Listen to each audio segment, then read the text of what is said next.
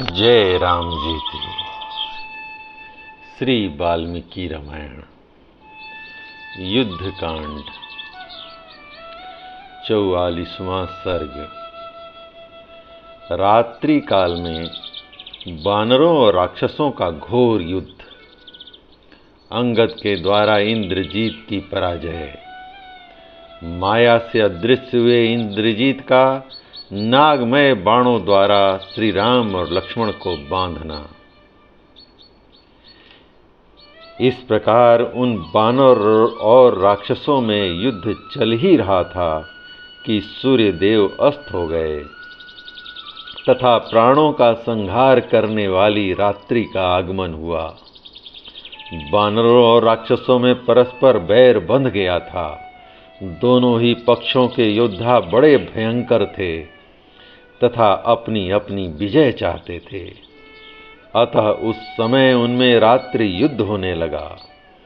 उस दारुण अंधकार में बानर लोग अपनी विपक्षी से पूछते थे, क्या तुम राक्षस हो?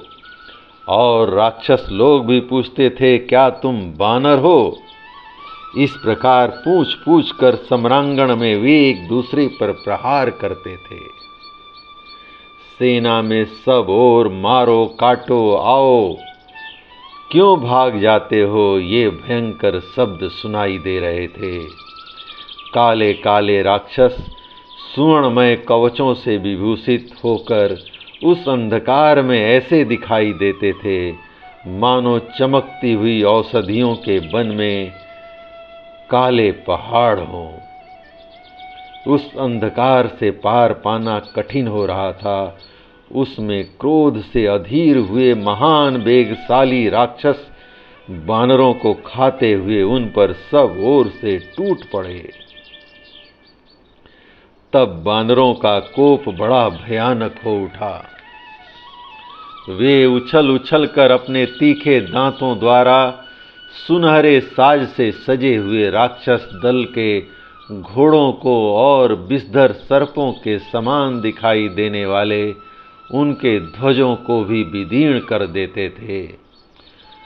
बलवान बानरों ने युद्ध में राक्षस सेना के भीतर हलचल मचा दी। वे सब के सब क्रोध से पागल हो रहे थे। अतः हाथियों एवं हाथी सवारों को तथा ध्वजा पताका से सुशोभित रथों को खींच लेते और दांतों से काट काट कर छत बिछत कर देते थे। बड़े बड़े राक्षस कभी प्रकट होकर युद्ध करते थे और कभी अदृश्य हो जाते थे, परंतु श्री राम और लक्ष्मण विषधर सर्पों के समान अपने बाणों द्वारा दृश्य और अदृश्य सभी राक्षसों को मार डालते थे। घोड़ों की टाप से चूर्ण होकर रथ के पहियों से उड़ाई हुई धरती की धूल योद्धाओं के कान और नेत्र बंद कर देती थी। इस प्रकार रोमांचकारी भयंकर संग्राम के छिड़ जाने पर वहां रक्त के प्रवाह को बहाने वाले खून की बड़ी भयंकर नदियां बहने लगीं। तदंतर भेरी मृदंग और पणव आदि बाजों की ध्वनि होने लगी, जो शंखों के शब्द तथा रथ के पहियों की घरघराहट से मिलकर बड़ी अद्भुत जान पड़ती थी। घायल होकर कराहते हुए राक्षसों और शस्त्रों से छत बिछत हुए बानरों का आर्तनाद वहां बड़ा भयंकर प्रतीत होता था। शक्ति शूल और फरसों से मारे गए मुख्य मुख्य बानरों तथा बानरों द्वारा काल के गाल में डाले गए इच्छा अनुसार रूप धारण करने में समर्थ पर्वताकार राक्षसों से उपलक्षित उस युद्ध भूमि में रक्त के प्रवाह से कीच हो गई थी।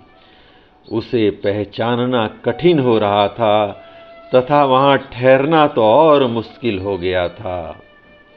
ऐसा जान पड़ता था उस भूमि को शस्त्र रूपी पुष्पों का उपहार अर्पित कर दिया गया हो।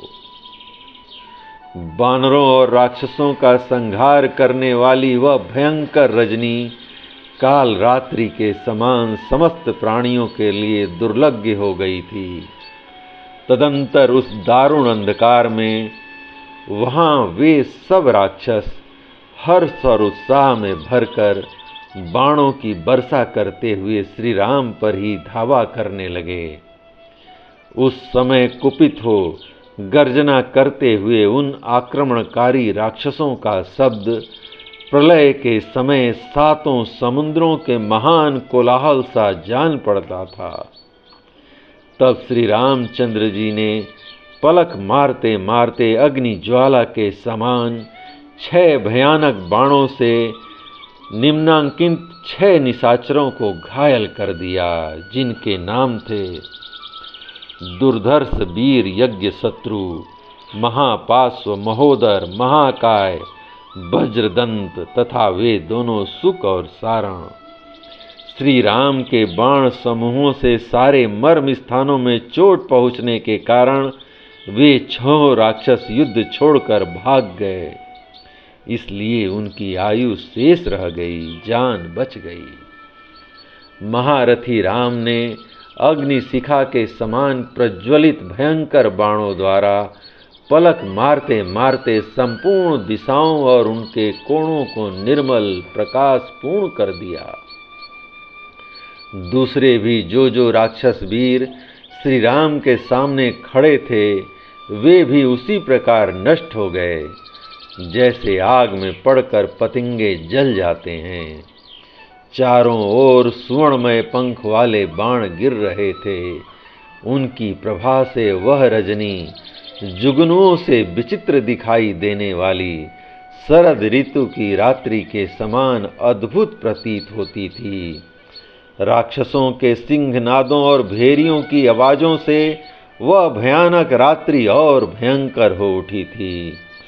सब ओर फैले हुए उस महान शब्द से प्रतिध्वनित कंदराओं से व्याप्त त्रिकुट पर्वत मानो किसी की बात का उत्तर देता सा जान पड़ता था।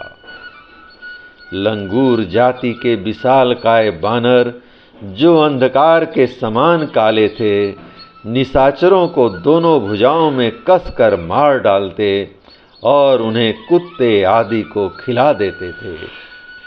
दूसरी ओर अंगद रणभूमि में शत्रुओं का संहार करने के लिए आगे बढ़े।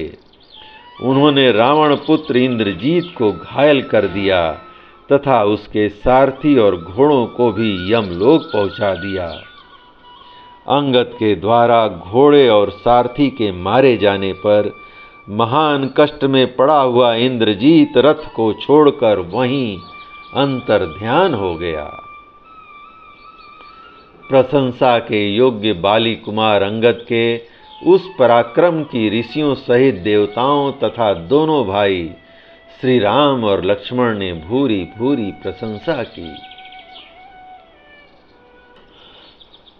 संपूर्ण प्राणी युद्ध में इंद्रजीत के प्रभाव को जानते थे, अतः अंगद के द्वारा उसको पराजित हुआ देख उन महात्मा अंगद पर दृष्टिपात करके सबको बड़ी प्रसन्नता हुई। शत्रु को पराजित हुआ देख सुग्रीव और विभीषण सहित सब बानर बड़े प्रसन्न हुए और अंगद को साधुवाद देने लगे। युद्ध स्थल में भयानक कर्म करने वाले बाली पुत्र अंगद से पराजित होकर इंद्रजीत बड़ा भयंकर क्रोध प्रकट करने लगा। रावण कुमार वीर इंद्रजीत ब्रह्मा जी से वर प्राप्त कर चुका था। युद्ध में अधिक कष्ट पाने के कारण वह पापी रावण पुत्र क्रोध से अचेत सा हो रहा था। अतः अंतर्धान विद्या का आश्रय ले अदृश्य हो उसने वज्र के समान तेजस्वी और तीखे बाण बरसाने आरंभ किए। समरांगण में कुपित हुए इंद्रजीत ने घोर सर्पमय बाणों द्वारा श्री राम और लक्ष्मण को घायल कर दिया। वे दोनों रघुवंशी बंधु अपने सभी अंगों में चोट खाकर छत बिछत हो रहे थे। माया से आवृत हो समस्त प्राणियों के लिए अदृश्य होकर वहां कूट युद्ध करने वाले उस निशाचर ने युद्ध स्थल में दोनों रघुवंशी बंधु श्री राम और लक्ष्मण को मोह में डालते हुए उन्हें सर्पाकार बाणों के बंधन में बांध लिया।